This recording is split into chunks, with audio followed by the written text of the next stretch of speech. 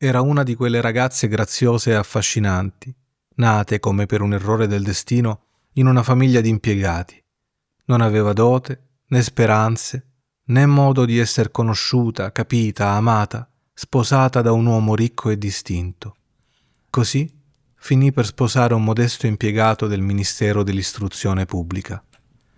Conduceva una vita semplice, non potendo permettersi l'eleganza, ma con la tristezza di chi si sente fuori posto, quasi declassata, poiché le donne non hanno né casta né stirpe. La loro bellezza, la loro grazia e il loro fascino valgono come nascita e lignaggio. La loro finezza innata, il gusto istintivo per l'eleganza, la vivacità dell'intelletto sono la loro vera nobiltà e bastano a rendere le figlie del popolo eguali alle dame più altolocate. Soffriva costantemente, sentendosi nata per tutte le raffinatezze e i lussi. Soffriva per la povertà della sua casa, per la miseria delle pareti, per l'usura delle sedie, per la bruttezza delle stoffe. Tutte queste cose, che un'altra donna della sua casta non avrebbe nemmeno notato, la torturavano e la facevano arrabbiare. La vista della giovane domestica bretone, intenta negli umili lavori domestici, le faceva nascere dentro un senso di desolazione e accendeva in lei sogni folli e irraggiungibili. Immaginava anticamere silenziose, rivestite di arazzi orientali, illuminati da alte torce di bronzo, con due grandi servitori in calzoni corti addormentati su ampie poltrone, storditi dal caldo soffocante del calorifero. Sognava saloni sontuosi arredati con seta antica, mobili eleganti carichi di oggetti preziosi e salottini profumati e raffinati, adatti alle chiacchiere delle 5 con gli amici più intimi. Uomini noti e ricercati, la cui attenzione tutte le donne invidiano e desiderano. Quando sedeva per cena al tavolo rotondo coperto da una tovaglia usata da 3 giorni, di fronte al marito che sollevava con entusiasmo il coperchio della zuppiera esclamando «Ah, il buon bollito! Non c'è nulla di meglio di questo!» Lei sognava cene raffinate, argenteria scintillante, arazzi che tappezzavano le pareti raffigurando antichi personaggi e uccelli fantastici in una foresta fatata. Sognava pietanze squisite servite in porcellane meravigliose, galanterie sussurrate e accolte con un sorriso enigmatico, mentre gustava la carne rosata di una trota o le ali delicate di una gallinella. Non aveva abiti eleganti, né gioielli, niente. Eppure era proprio quello che amava. Si sentiva fatta per quel mondo. Avrebbe tanto desiderato piacere, essere invidiata, essere seducente e ricercata. Aveva un'amica ricca, una compagna di collegio che ormai non riusciva più ad andare a trovare, tanto soffriva al ritorno, e piangeva per giorni interi, sopraffatta dal dolore, dal rimpianto, dalla disperazione e da un senso profondo di ingiustizia. Una sera suo marito tornò a casa con un'aria trionfante, stringendo in mano una grande busta. «Tieni», disse, «ho qualcosa per te». Lei strappò con impazienza la carta e ne estrasse un cartoncino stampato con queste parole: «Il ministro dell'istruzione pubblica e Madame Georges Ramponneau pregano Monsieur e Madame Loisel di onorarli con la loro presenza per una serata presso l'hotel del Ministero, lunedì 18 gennaio. Invece di gioire, come lui aveva sperato, gettò l'invito sul tavolo con sgomento, mormorando: «E cosa dovrei farci, secondo te?» «Ma cara», rispose lui, «pensavo ti avrebbe fatto piacere. Non esci mai, e questa è un'occasione splendida. Ho fatto una fatica enorme per ottenerlo. Lo vogliono tutti. È molto ambito, ne danno pochissimi agli impiegati. Ci sarà tutta l'alta società». Lei lo guardò con un misto di fastidio e irritazione e disse con impazienza: «E secondo te cosa mi metto addosso per andare in un posto del genere?» Lui non ci aveva pensato. Balbettò: Ma il vestito con cui vai a teatro a me sembra poco adatto». Poi tacque, sconvolto, vedendo che sua moglie stava piangendo. 2 grosse lacrime le scivolavano lentamente dagli angoli degli occhi fino agli angoli della bocca. «Che cos'hai? Che succede?» Ma lei, con uno sforzo violento, riuscì a dominare il suo dolore e rispose con voce calma: asciugandosi le guance bagnate. «Niente, semplicemente non ho un abito adatto e quindi non posso venire a questa festa. Dai pure il tuo invito a qualche collega, la cui moglie sia vestita meglio di me». Lui era affranto. Riprese: «Su, Matilde, quanto costerebbe un abito adatto? Uno semplice, che tu possa usare anche in altre occasioni».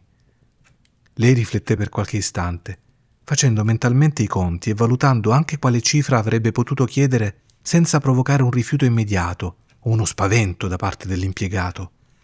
Alla fine rispose, esitante: «Non so di preciso, ma mi pare che con 400 franchi potrei arrivarci». Lui impallidì leggermente.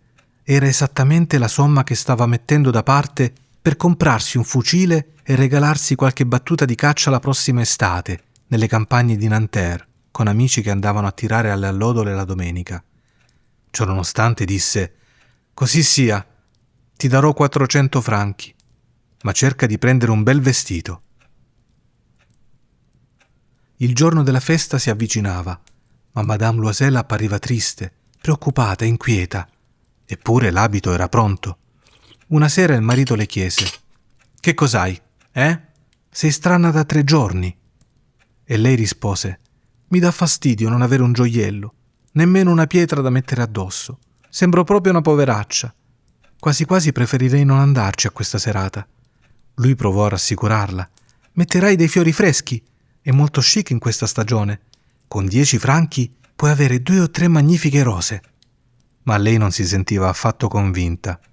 «No, non c'è niente di più umiliante che apparire povera in mezzo a donne ricche». Allora il marito sbottò: «Ma sei proprio sciocca! Vai dalla tua amica, Madame Forestier, e chiedile di prestarti qualche gioiello. Siete abbastanza in confidenza per permettertelo». Lei ebbe un sussulto di gioia. «È vero, non ci avevo pensato». Il giorno dopo andò a casa dell'amica e le raccontò la sua angoscia. Madame Forestier si avvicinò all'armadio a specchio, prese un grande cofanetto, lo portò davanti a lei, lo aprì e disse: «Scegli, mia cara». Matilde vide prima dei bracciali, poi una collana di perle, poi una croce veneziana in oro e pietre colorate di ammirevole fattura. Provava quei gioielli davanti allo specchio, esitava, non riusciva a decidersi a toglierli, a restituirli. Continuava a chiedere: «Non hai nient'altro?» «Ma certo, guarda pure, non so cosa potrebbe piacerti». All'improvviso scoprì in una scatola di raso nero una superba collana di diamanti e il suo cuore cominciò a battere con un desiderio irrefrenabile. Le mani le tremavano mentre la prendeva.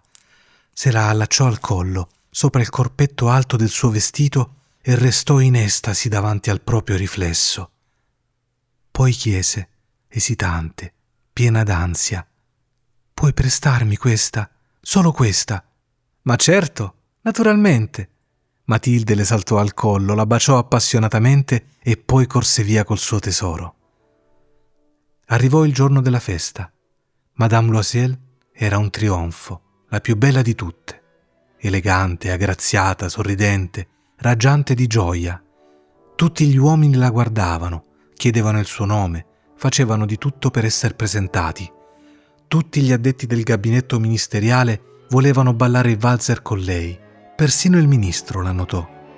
Matilde danzava come ubriaca, con trasporto, inebriata dal piacere, dimentica di tutto, immersa nel trionfo della sua bellezza, nella gloria del suo successo, in una sorta di nube felice, fatta di sguardi ammirati, di complimenti sussurrati, di desideri risvegliati. Una vittoria totale e dolcissima per il cuore di una donna. Se ne andò verso le 4 del mattino. Suo marito, da mezzanotte, dormiva in un piccolo salone deserto insieme ad altri 3 signori le cui mogli si stavano ancora divertendo. Le gettò sulle spalle i vestiti che aveva portato per l'uscita, indumenti modesti, da tutti i giorni, la cui povertà strideva con l'eleganza dell'abito da ballo. Lei lo avvertì, lo sentì sulla pelle e volle fuggire via per non farsi vedere dalle altre donne che uscivano avvolte in ricche pellicce. Loisel cercò di fermarla. «Aspetta, prenderai freddo là fuori, vado a chiamare una carrozza». Ma lei non lo ascoltava e scendeva rapidamente le scale. Quando furono in strada non trovarono nessuna carrozza e cominciarono a cercare, gridando dietro ai cocchieri che vedevano passare da lontano. Scendevano verso la Senna, disperati, infreddoliti. Alla fine trovarono sulla banchina una di quelle vecchie carrozze notturne che si vedono girare solo dopo il calar del sole, come se si vergognassero della propria miseria alla luce del giorno. Il cocchiere li riportò fino alla porta, in Rue des Martyrs, e loro salirono mestamente a casa. Per lei era tutto finito. E lui pensava già che l'indomani avrebbe dovuto essere in ufficio al ministero per le 10. Lei si tolse i vestiti con cui si era coperta per uscire e si mise davanti allo specchio per rivedersi ancora una volta nel suo splendore. Ma all'improvviso lanciò un grido. Non aveva più la collana al collo.